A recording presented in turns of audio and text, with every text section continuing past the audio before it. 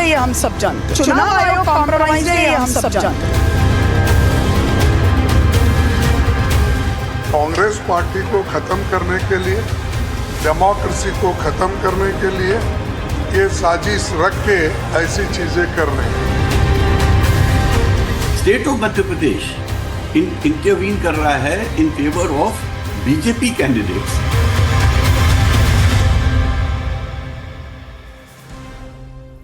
नमस्कार, आप देख रहे हैं 3 का तर्कश। आपके साथ मैं हूं मीनाक्षी कटवाल। 3 का तर्कश में आज जिस विषय को लेकर हम चर्चा करेंगे उसमें राज्यसभा चुनाव की जंग किस तरह से राजनीति के टकराव का एक नया अध्याय खोल चुकी है, इस पर बात होगी। क्योंकि कांग्रेस उम्मीदवार मीनाक्षी नटराजन का पहले नामांकन रद्द हुआ और अब सुप्रीम कोर्ट से भी उनको झटका लगा है। उनकी तरफ से दायर की गई याचिका को देश की सर्वोच्च अदालत ने खारिज कर दिया है। कोर्ट ने आर्टिकल 32, आर्टिकल 226 का हवाला दिया और साथ ही मीनाक्षी नटराजन को हाईकोर्ट जाने की नसीहत दे दी है। लेकिन इस फैसले के बाद सियासी घमासान क्यों हो रहा है, ये मैं आपको बताऊंगी। क्योंकि चुनाव आयोग और बीजेपी सरकार पर मीनाक्षी नटराजन समेत कांग्रेस पार्टी ने सवाल उठा दिए हैं। कांग्रेस के अध्यक्ष मल्लिकार्जुन खड़गे सीधे मोदी सरकार पर निशाना साध रहे हैं और आरोप पलटवार यहां पर और तेज हो गए हैं। उन्होंने कहा कि कांग्रेस को खत्म करने के लिए चुनाव आयोग का सहारा बीजेपी की सरकार ले रही है। हमारे साथ खास मेहमान भी इस पर चर्चा के लिए जुड़ेंगे, लेकिन उससे पहले कुछ जरूरी सवाल हैं जिन पर आज हम बात करेंगे। सुप्रीम कोर्ट का आदेश, लेकिन उसके बावजूद राजनीतिक दांवपेच यहां पर जारी है। क्यों, इस पर बात होगी। राज्यसभा सीट की लड़ाई, आरोपों में आखिर कितनी सच्चाई, बीजेपी और कांग्रेस का यह टकराव अब कहां जाकर थमेगा। क्योंकि याद करिए, एक तरफ टीएमसी को लेकर पहले से राजनीतिक घमासान जारी है, तो देश की राजनीति में इसके असर क्या होंगे, इस पर बात करने के लिए इस वक्त खास मेहमान हमारे साथ जुड़ गए हैं। बीजेपी से धनंजय गिरी हमारे साथ इस वक्त जुड़ गए हैं। समीर चौगांवकर सीनियर जर्नलिस्ट आ गए हैं चर्चा में। कांग्रेस पार्टी से इस वक्त हमारे साथ अब्बास हफीज साहब जुड़ गए हैं और समाजवादी पार्टी से डॉक्टर एमएच खान आ गए हैं। मैं आप सभी का स्वागत करती हूं और सबसे पहले शुरुआत यहां पर धनंजय गिरी जी मैं आपके साथ कर रही हूं।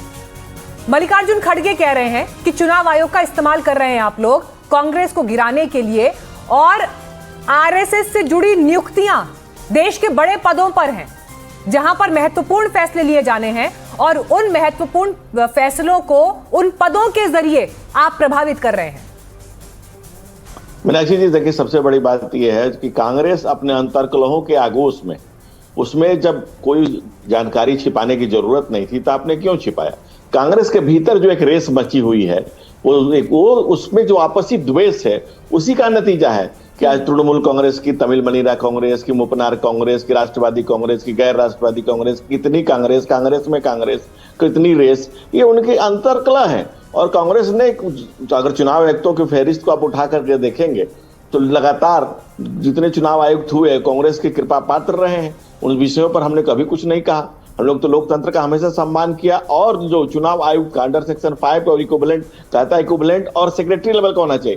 कांग्रेस ने तो ऐसा भी चुनाव आयुक्त बनाया, नवीन चावला को जो सेक्रेटरी न ज्वाइंट सेक्रेटरी नहीं। लेकिन धनंजय गिरी जी, सुप्रीम कोर्ट ने क्या कहा? सुप्रीम कोर्ट ने यह नहीं कहा कि इस मामले में कहीं कोई गड़बड़ नहीं है। सुप्रीम कोर्ट ने यह कहा कि ऐसे विषयों को चुनाव आयोग देखता है और सुप्रीम कोर्ट उसमें दखल नहीं देता है। क्योंकि अगर सुप्रीम कोर्ट ने एक बार दखल दे दिया और उस पर कोई फैसला दे दिया तो फिर एक पेंडोरा बॉक्स खुल जाएगा और उसके बाद हर मामला जो है सुप्रीम कोर्ट की दहलीज पर पहुंचेगा। मीनाक्षी जी, सुप्रीम कोर्ट ने भी कहा कि आप हाई कोर्ट जा सकते हैं, तो हाई कोर्ट के इसकी अगली लाइन ये भी कही कि आप हाई कोर्ट जा सकते हैं।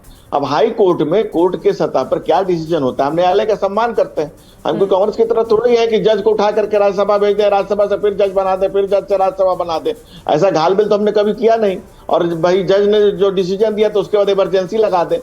इस देश को इमरजेंसी लगाने वाली कांग्रेस, संवैधानिक संस्थाओं को तार तार करने वाली कांग्रेस और चुनावी भ्रष्टाचार पहले बार डॉक्टर बाबा साहब भीमराव अम्बेडकर के खिलाफ करने वाली कांग्रेस। अब्बास हफीज जी, अनेक, ठीक है अब्बास हफीज, सुप्रीम कोर्ट ने यह कहा है कि अगर इस तरह के मामलों में हमने दखल देना शुरू कर दिया, क्योंकि उसके लिए एक संस्था चुनाव आयोग बनाई गई है, तो फिर तो हर मामला उनकी दहलीज पर पहुंचेगा।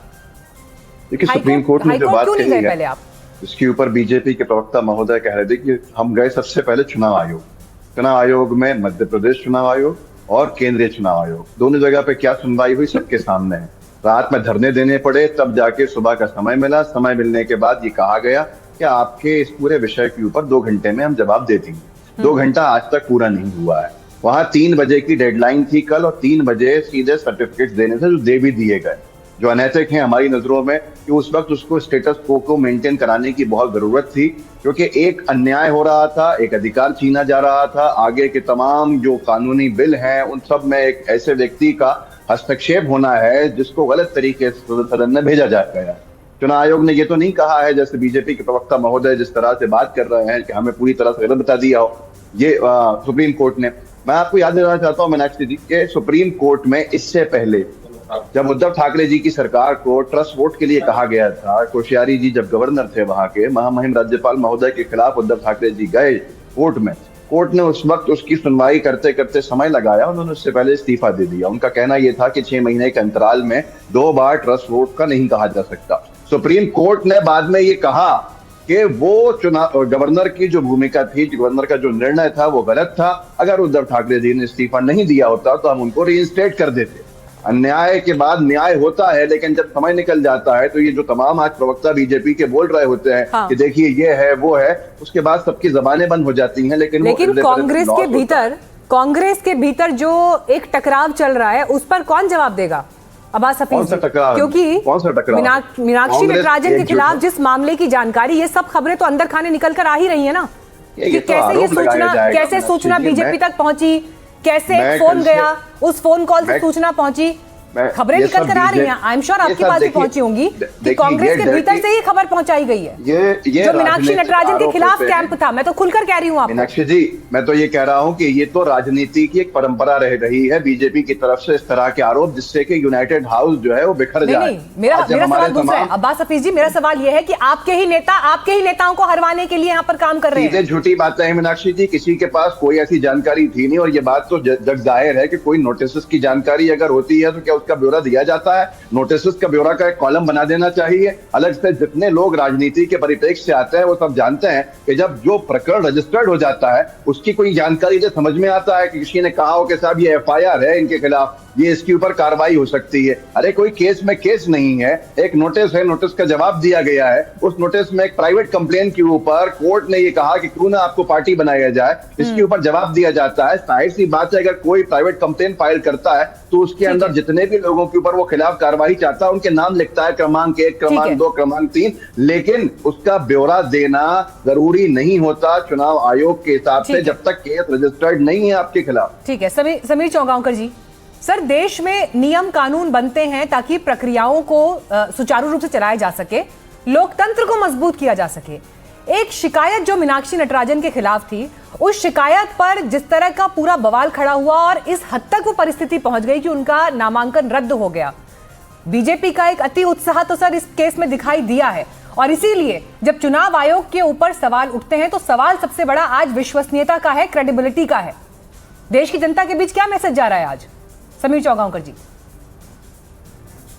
देखिए, मुझे लगता है कि जब कांग्रेस को ये पता है कि भारतीय जनता पार्टी ऐसा कोई मौका नहीं छोड़ती कि उनके उम्मीदवार जीत सके, और जब मीनाक्षी नटराजन के खिलाफ भारतीय जनता पार्टी ने तय किया था कि 30 उम्मीदवार खड़ा करेगी, तो कांग्रेस को मुझे लगता है कि हर कदम को बहुत संभल कर चलना चाहिए था। जब आपको पता है कि तेलंगाना के अंदर मीनाक्षी नटराजन वहां की प्रभारी है और वहां पर उनके ऊपर एक मामला हुआ था, नोटिस इश्यू हुआ था, उनके वकील ने जवाब दिया था, तो मुझे लगता है उसकी वो जानकारी देते हैं। और आज जब मामला गया कोर्ट में तो जस्टिस प्रशांत कुमार मिश्रा और चंदुलकर की जो, लेकिन सर यही बात तो वो कह रहे हैं ना, जो जजमेंट दिया, सर यही बात तो वो कह, कांग्रेस का जो पक्ष है वो यही है कि कोई FIR में उनका नाम नहीं है, तो एक प्राइवेट नोटिस मिला, एक प्राइवेट शिकायत है, उसका तो ऐसा कोई टेक्निकल पॉइंट पर अगर बात हो रही है तो वैसा कोई कॉलम है नहीं, उसके बारे में कहां जानकारी दी जाएगी फिर? ठीक है, कांग्रेस से बात लेके गई, लेकिन आज सुप्रीम कोर्ट ने जो कहा, सुप्रीम कोर्ट ने कहा कि भाई आर्टिकल 329 जो है वो न्यायालय के हस्तक्षेप को बहुत सीमित करता है चुनाव प्रक्रिया के मामले में, और हम चुनावी प्रक्रिया में बहुत ज्यादा हस्तक्षेप नहीं कर सकते।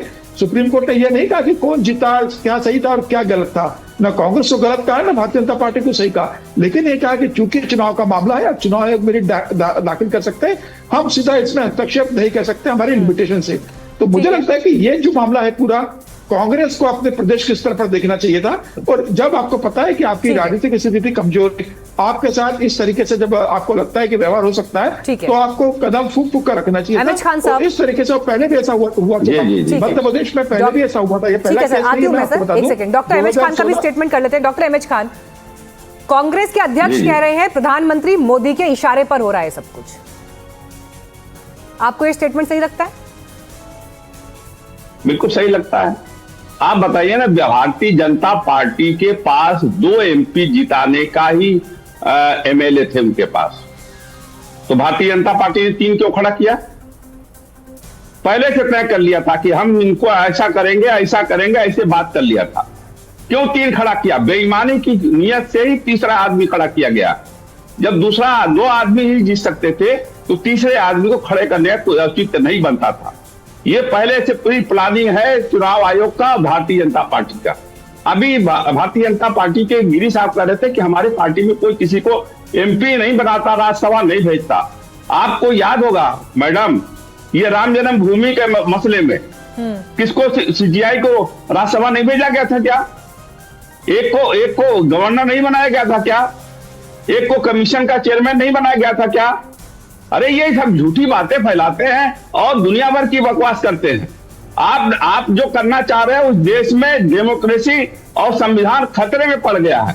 इस तरह से नहीं होता है। आपके 2 कैंडिडेट जीतने वाले थे, आपने 3 का पर्चा भरवा दिया। क्यों भरवाया भाई तीसरा पर्चा? इसका मतलब या तो हॉर्स ट्रेडिंग या बेईमानी, ये साबित करता है। और आप बेईमानी और साबित ये करके आप जीतना चाहते हैं। पश्चिम बंगाल में क्या होगा? 27 लाख वोट काट दिए गए, 27 लाख वोट काटे गए। और उसके बाद सुप्रीम कोर्ट में जब गया आदमी तो उन्होंने कहा कि ट्रिब्यूनल बना रहे हैं। ट्रिब्यूनल का ना कोई ऑफिस, ना कोई बेंच। बड़े गंभीर आरोप धनंजय गिरी जी आपके ऊपर लगाए जा रहे हैं। यहाँ पर डॉक्टर MH खान साफ कह रहे हैं कि आप लोग लोकतंत्र की नींव हिला रहे हैं। सभी एजेंसीज का दुरुपयोग, संवैधानिक संस्थाओं का दुरुपयोग, और खासकर जहां पर पॉलिटिकल फैसले इन्वॉल्व होते हैं। उन्होंने तो CGI का उदाहरण दे दिया कि बाद में उनको किस तरह के पोस्ट ऑफर किए गए हैं। तो कैसे माना जाए कि फैसले जो हैं वो पक्षपात रहित हैं? देखिए, उनके नजर में लोकतंत्र का मतलब है लूटतंत्र। अभी जिस पार्टी में है उसमें लूटतंत्र है। इसके पहले जिस पार्टी में थे उस पार्टी के नेता ने वर्तमान जिस पार्टी में उसके पार्टी के नेता पर आरोप लगाया था कि उन्होंने देश की पहली दलित मुख्यमंत्री के साथ क्या क्या अन्याय किए, क्या क्या अत्याचार किए। अभी जिस पार्टी में उस पार्टी ने आतंकवादियों के खिलाफ केस वापस लिया था, अभी जिस पार्टी में है उसके नेताओं ने आतंकवादियों के खिलाफ बहुत ध्यान से सुन रहा था। आप असहमत होना, असहमतियों का सम्मान ही लोकतंत्र है। बस respect differences between you and me. हम असहमतियों का सम्मान करते हैं। आपकी बात को कितना जाहिर तरीके से मैंने सुना, लेकिन आप सच सुनने के लिए नहीं तैयार है। मैं सच बोल रहा हूँ। आप पॉइंट पे आइए, पॉइंट पे चला बच जाएगा। सुन तो लीजिए बात को, आप जवाब नहीं, पूरी बात तो सुनिए। आप अपनी बात, मैडम मैं ये नहीं सुनना चाहूंगा। मैं अगर ये पर्सनल अटैक करेंगे कि पहले पार्टी में क्या थे, इस पार्टी में क्या थे, बता तो रहा हूँ आपको। पर्सनल अटैक हुआ। आपको दोनों बातें बता रहा हूँ कि आप जिस MH खान जी आपके सवाल का जवाब ले रही हूँ। MH खान साहब आपके सवाल का जवाब ले रही हूँ। धनंजय गिरी जी, एक सेकंड। उनका महत्वपूर्ण सवाल ये है कि CGI को अगर सेवानिवृत्त होने के बाद राजनीतिक पोस्ट ऑफर होता है तो फिर इस फैसले को क्यों ना माना जाए कि ये राजनीति से प्रेरित है? मीनाक्षी जी, क्या ये आप नहीं जानती हैं? कौन नहीं जानता है कि एक फैसला जो राम मंदिर का हुआ 500 सालों की लड़ाई के बाद हुआ, और एक व्यक्ति जिसने हिम्मत किया, जिसने उस केस का निपटारा किया। भाईजान क्यों इतना बिखरा है? मीनाक्षी, मैं क्या किसी के पीछे बोला था क्या?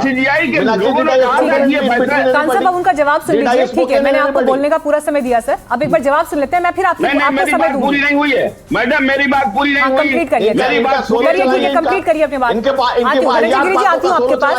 ठीक है खान साहब, अपनी बात कंप्लीट करिए, फिर धनंजय गिरी जवाब देंगे। हाँ बोलिए, आप अपना सवाल कंप्लीट करिए सर। 15 सेकंड मेरे बीच में नहीं बोला।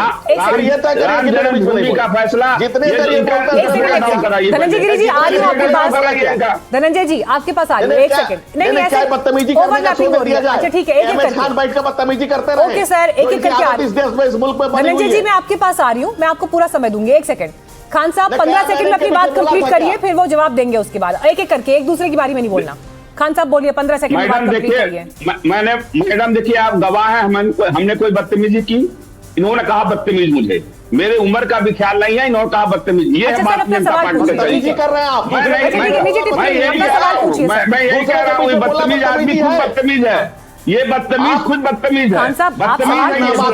गवार है। आप बदतमीजी कर रहे हो, बदतमीजी की नहीं, ऐसे बात नहीं होगी, इस तरह से नहीं, इस तरह से नहीं, डिस्कशन ऐसे नहीं होगा। एक सेकंड खान साहब, दोनों का ऑडियो डाउन करिए, दोनों का ऑडियो डाउन करिए प्लीज।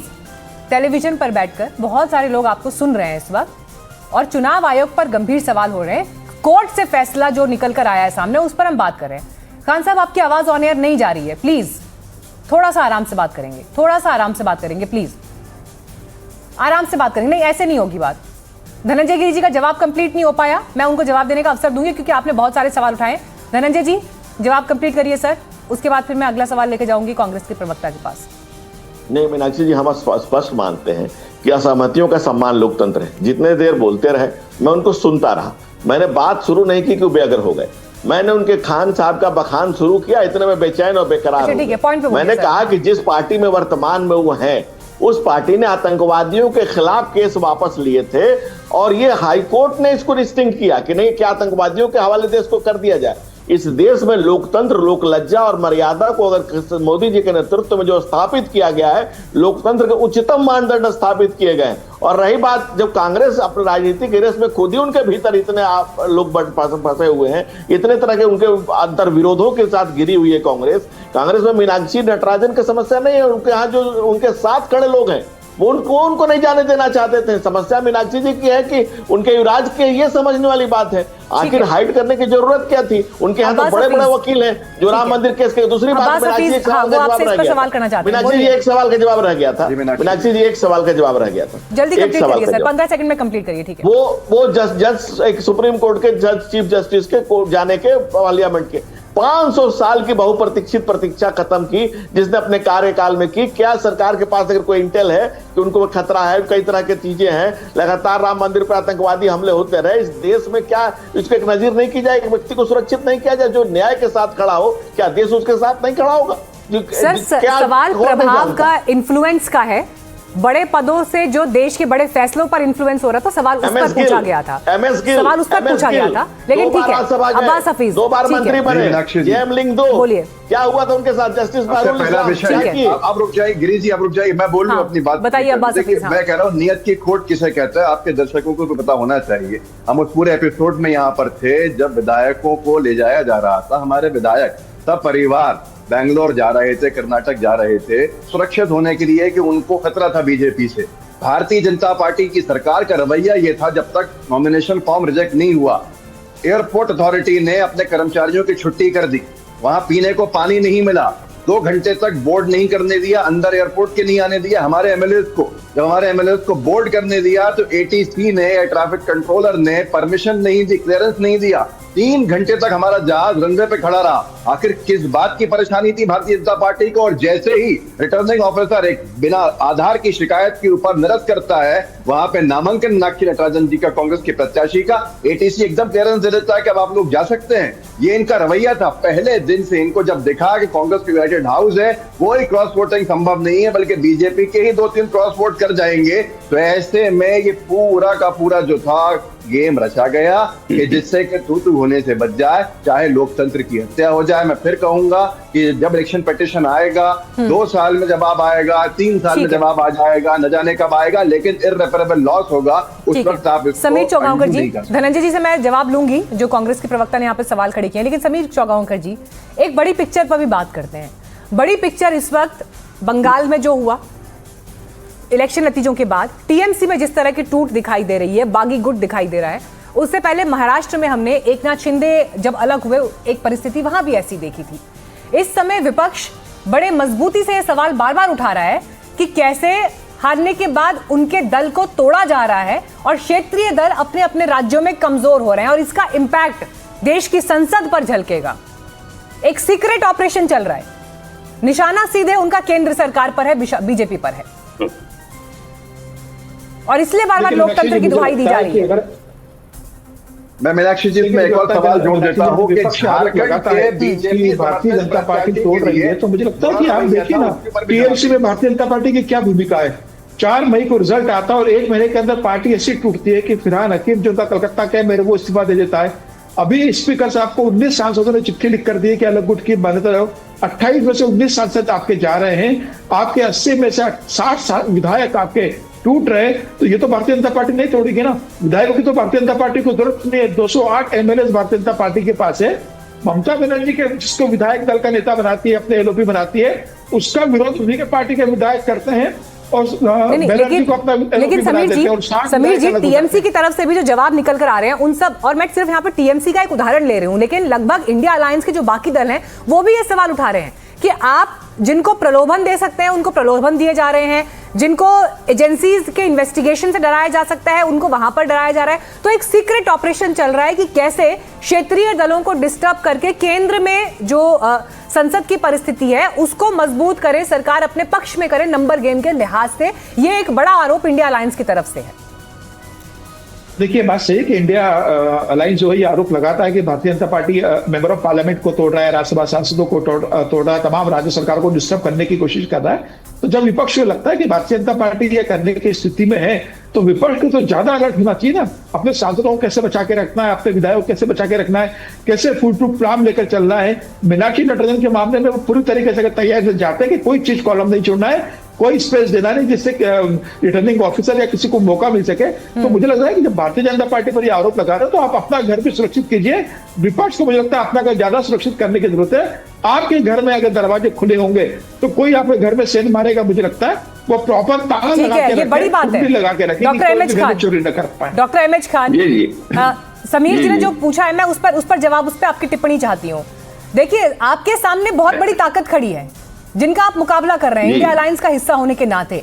तो अगर आप लोगों के भीतर लूप होल्स होंगे सर, उस पर भी तो बात करनी पड़ेगी ना। बार बार ये कह देना कि बीजेपी हमें डिस्टर्ब कर रही है, लोकतंत्र की नींव हिला रही है या चुनाव आयोग का बेजा इस्तेमाल कर रही है, लेकिन विपक्ष भी तो एकजुट होकर एक साथ नहीं खड़ा है। छोटे छोटे मुद्दों पर असहमति है आप लोगों की। मैडम मैं पश्चिम बंगाल की बात पर जो कह रहे थे अभी महोदय, आप देखिए 27 लाख वोट काटा गया था, जिसमें 27 लाख वोटों के लिए सुप्रीम कोर्ट ने कहा था कि ट्रिब्यूनल बनाया जा रहा है, ट्रिब्यूनल में जाकर अपनी बात रखते, और ट्रिब्यूनल नहीं बनाया गया। ट्रिब्यूनल जब नहीं बनाया गया तो सुप्रीम कोर्ट ही ने कहा कि इस बार नहीं तो अगली बार वोट दे देना। तो क्या संविधान सम्मत है? एक वोट भी अगर किसी का नहीं पड़ा किसी के पक्ष में या विपक्ष में तो संविधान का ये अपमान है। और ये सब पश्चिम बंगाल में हुआ। जिसको अपोजिशन लीडर बनाया भारतीय जनता पार्टी ने तुरंत परमिशन दिया, उसको टीएमसी ने पार्टी से निकाल दिया था। उस आदमी के नेतृत्व में कैसे अपोजिशन लीडर बन सकता है? ये सारी चीजें सामने आपके दिख रही है मैडम, लेकिन ये सुनने को कोई तैयार नहीं है। ये एकदम लग रहा है कि यहाँ पर ये बेईमानी और घूसखोरी और सब चीज एक तरफा चलना चाहते हो। ये जो टकराव की स्थिति इस वक्त सत्ता पक्ष और ऑपोजिशन के धड़े के बीच दिखाई दे रही है, उन सब के बीच बड़े सवाल अब भी बाकी हैं कि केंद्र की ताकत के आगे अगर आप खड़े हैं और ऐसे में जो टकराव आपके भीतर दिखाई दे रहा है उस पर कैसे काम होगा। और इन सब के बीच आरोप गंभीर है, लेकिन कानूनी पेचीदगियां भी अपनी जगह बरकरार हैं। धन्यवाद आप सभी का इस चर्चा में हमारे साथ जुड़ने के लिए।